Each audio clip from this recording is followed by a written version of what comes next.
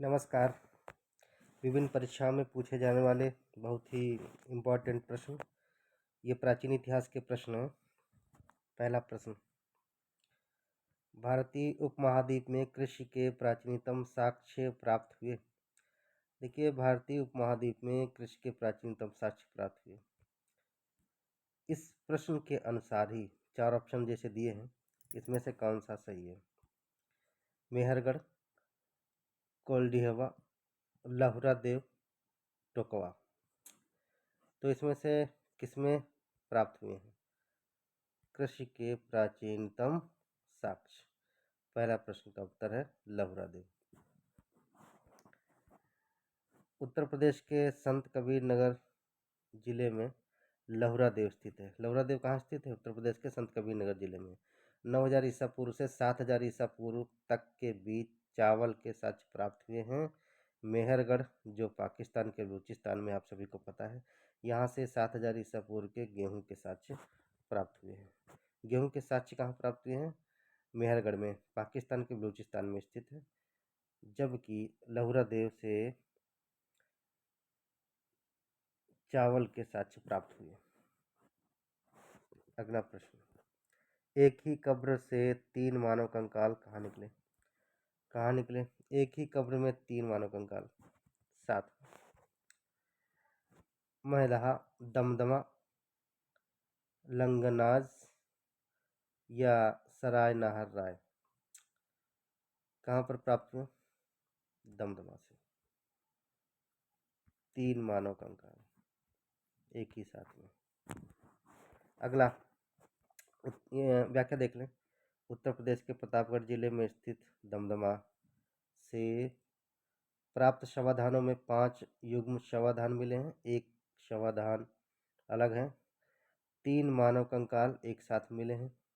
इसी पर आधारित प्रश्न था। शेष शवाधानों में एक एक कंकाल प्राप्त हुआ है। राख का टीला निम्न में से किस नवपाषाणिक स्थल से प्राप्त हुआ है? नवपाषाणिक, ठीक है। नवपाषाणिक स्थल से क्या राख का टीला एक नवपाषाणिक स्थल से प्राप्त हुआ है? वह नवपाषाणिक स्थल कौन सा है? संगनकल्लू, कोल्डिहवा, ब्रह्मगिरि या बुधियाल।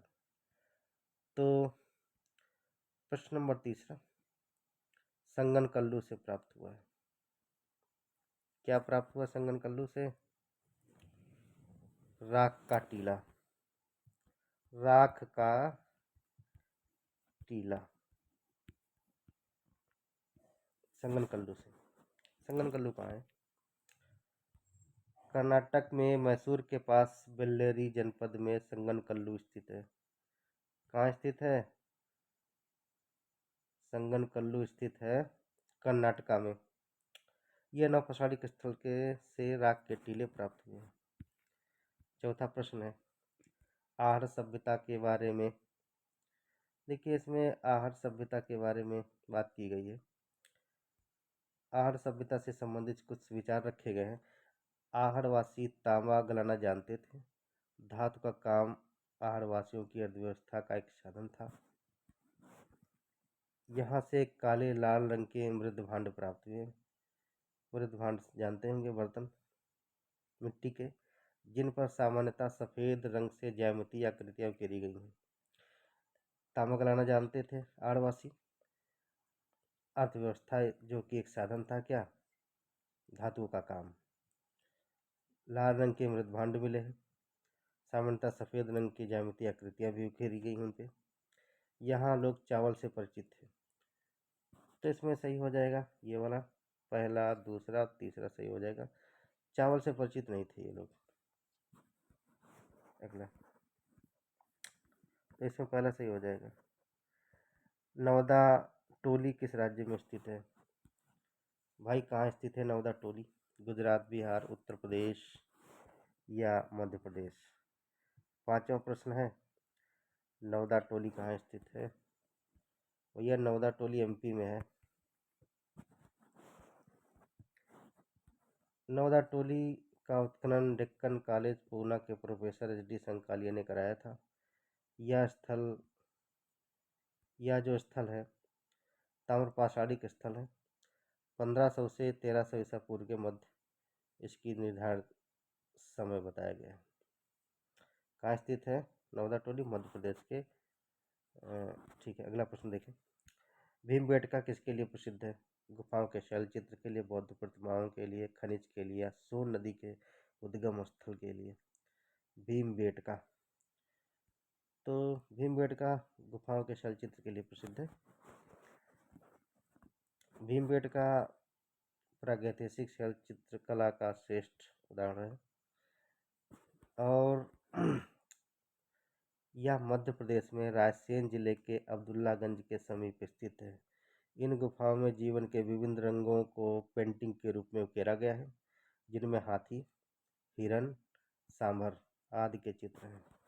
किसके किसके चित्र हैं? हाथी, हिरन, सांभर। यहाँ अभी तक 700 से ज़्यादा शिलाश्रय की पहचान की गई, लेकिन इनमें से 500 में चित्र पाए गए हैं। भीमबेटका कहाँ स्थित है? मध्य प्रदेश में। पशुपालन का प्रारंभ किस काल में हुआ? भैया पशुपालन का प्रारंभ किस काल में हुआ? सभी लोग देखें, नवपाषाण काल, पूरा पाषाण काल, प्रारंभिक, मध्य पाषाण काल या उपरोक्त सभी। पशुपालन का प्रारंभ जो हुआ प्रारंभिक मध्य पाषाण काल में। पशुपालन का प्रारंभ मध्य पाषाण काल में हुआ। पशुपालन के साक्ष्य भारत में आदमगढ़ के नर्मदापुरम मध्य प्रदेश में स्थित है, जो बागोर भीलवाड़ा राजस्थान में भी स्थित है। देखिए आदमगढ़ में और बागोर से प्राप्त हुए हैं। प्रथम रूप से पशुपालन के साक्ष्य कहाँ से प्राप्त हुए? आदमगढ़ से और बागोर। आदमगढ़ कहाँ है? मध्य प्रदेश में है, नर्मदापुरम में। बागोर राजस्थान में भीलवाड़ा में स्थित है। 5 कमरों वाला लिख गया, देखिए वाला होना चाहिए। 5 कमरों वाला एक मकान कहाँ स्थित है? लहुरा देव, दमदमा, इनाम गांव या भीमबेटका। ये पाया गया है 5 कमरों वाला एक मकान एक साथ में। इनाम गांव से प्राप्त हुआ, मेरे ख्याल से महाराष्ट्र में है।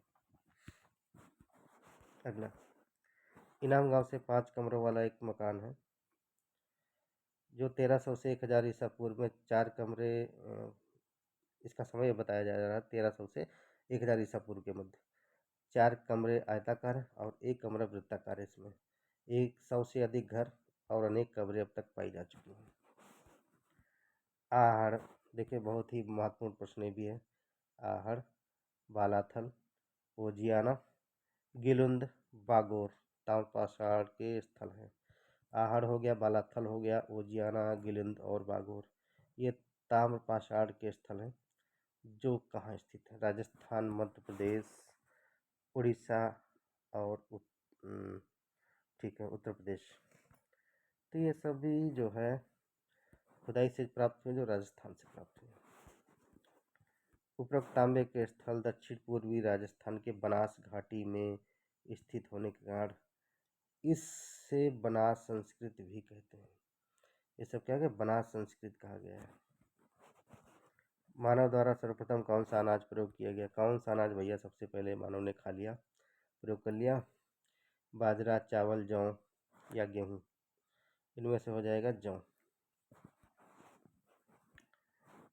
जौ सर्वप्रथम 8000 ईसा पूर्व के आसपास भूमध्य सागर और ईरान के मध्य स्थित मध्य एशियाई देशों के मानव द्वारा उगाया गया। बाद में इन क्षेत्रों में 8000 ईसा पूर्व के आसपास ही गेहूँ भी उगाया जाने लगा। सबसे पहले जौ प्रयोग किया मानव ने और इसी के आसपास जो है गेहूँ भी उपयोग किया जाने लगा।